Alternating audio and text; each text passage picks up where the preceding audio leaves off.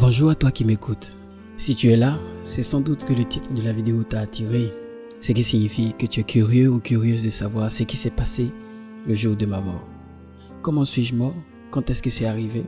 Existe-t-il une vie après la mort? Tu veux tout savoir? Eh bien, prends place et prête attention, je te raconte tout. Suis-je vraiment mort? Oui, puisque c'est moi qui l'ai vécu et c'est moi qui le dis. Ce n'est ni une métaphore, ni une oxymore, ni une hyperbole, bref, ce n'est pas une façon de parler. Ce jour-là, je suis vraiment mort. C'est arrivé un jour du mois de janvier, il y a 10 ans, en 2012. Difficile de me souvenir précisément de la date, car ce jour-là, je ne m'attendais pas vraiment à vivre une expérience aussi particulière. En effet, en ces temps-là, j'étais un lycéen, et paradoxalement, ma vie était à la fois sans saveur et extrêmement amère et douloureuse. De l'extérieur, j'étais vu comme un truand, un cas social dans un établissement d'excellence. Un de ces jeunes gens qu'on voit comme des échecs ambulants. Mais à l'intérieur, j'étais une personne ravagée.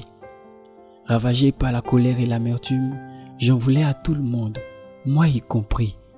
Tenu esclave par le vice de la pornographie, mon supplice était accentué par un complexe d'infériorité qui me poussait à rester loin de toute aide et de toute compassion. Je peux te l'assurer, je détestais ma vie. Et chaque jour, je me demandais comment mettre fin à tout ça. Comment mettre fin à tout ça pour ne plus subir les reproches et les regards dégoûtés de mes amis. Comment mettre fin à tout ça pour ne plus voir la déception dans les yeux de ceux qui autrefois croyaient en moi. Comment mettre fin à cette vie. Je me retrouvais seul sur ce bâtiment B de l'internat du lycée scientifique de Yamoussoukro parce que tous mes amis étaient au réfectoire. J'étais au 2e étage. Et là, j'étais résolu. Il fallait que tout s'arrête aujourd'hui. Il fallait que tout change aujourd'hui. J'en avais assez et il fallait que ça change. Alors j'entrai dans ma chambre, je fermai derrière moi à double tour et je me mis à genoux. Avant de continuer, j'aimerais te donner cette parole de l'Écriture qui dit « En vérité, je vous le dis, si le grain de blé qui est tombé en terre ne meurt, il reste seul.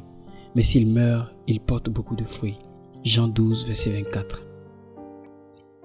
Certes, je voulais mettre fin à cette vie, mais ce qui brûlait au-dedans de moi, c'était plus le désir de vivre une autre vie, de vivre quelque chose de différent, d'être une autre personne.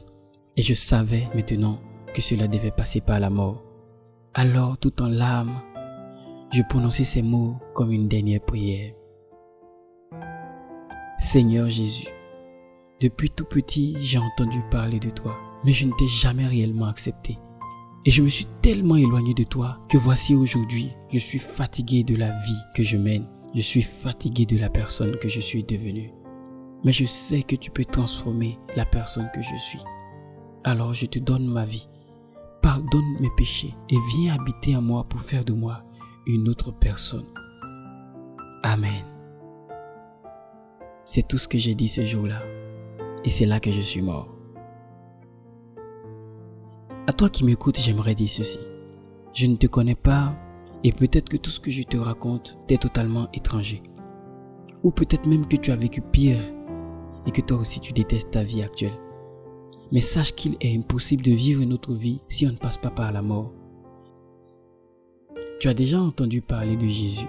Peut-être même que tu vas déjà à l'église, mais tu n'as pas réellement accepté de franchir cette étape qui est la mort. Accepter de croire en la mort de Jésus et accepter de mourir avec lui, c'est accepter de croire en la promesse de recevoir une nouvelle vie, la vie de Christ, comme lui-même croyait en sa résurrection. Si tu acceptes de mourir, ce sera pour vivre une autre vie, comme le grain de blé qui est jeté en terre, qui accepte de mourir pour germer et porter d'autres fruits. Tu peux germer à nouveau et vivre une autre vie. Alors je t'encourage à lui donner ta vie pour qu'il te donne la sienne. Mais si tu hésites, sache que celui qui aime sa vie la perdra. Et celui qui hait sa vie dans ce monde la conservera pour la vie éternelle. Jean chapitre 12 au verset 25. Merci d'avoir été avec moi. Merci de m'avoir écouté. Et si ce que je t'ai raconté t'a fait du bien, je te donne rendez-vous pour la semaine prochaine. D'ici là, j'espère que quelque chose de nouveau va se passer dans ta vie. J'espère que tu mourras et que tu naîtras à une nouvelle vie avec Jésus-Christ. Que Dieu te garde et à bientôt.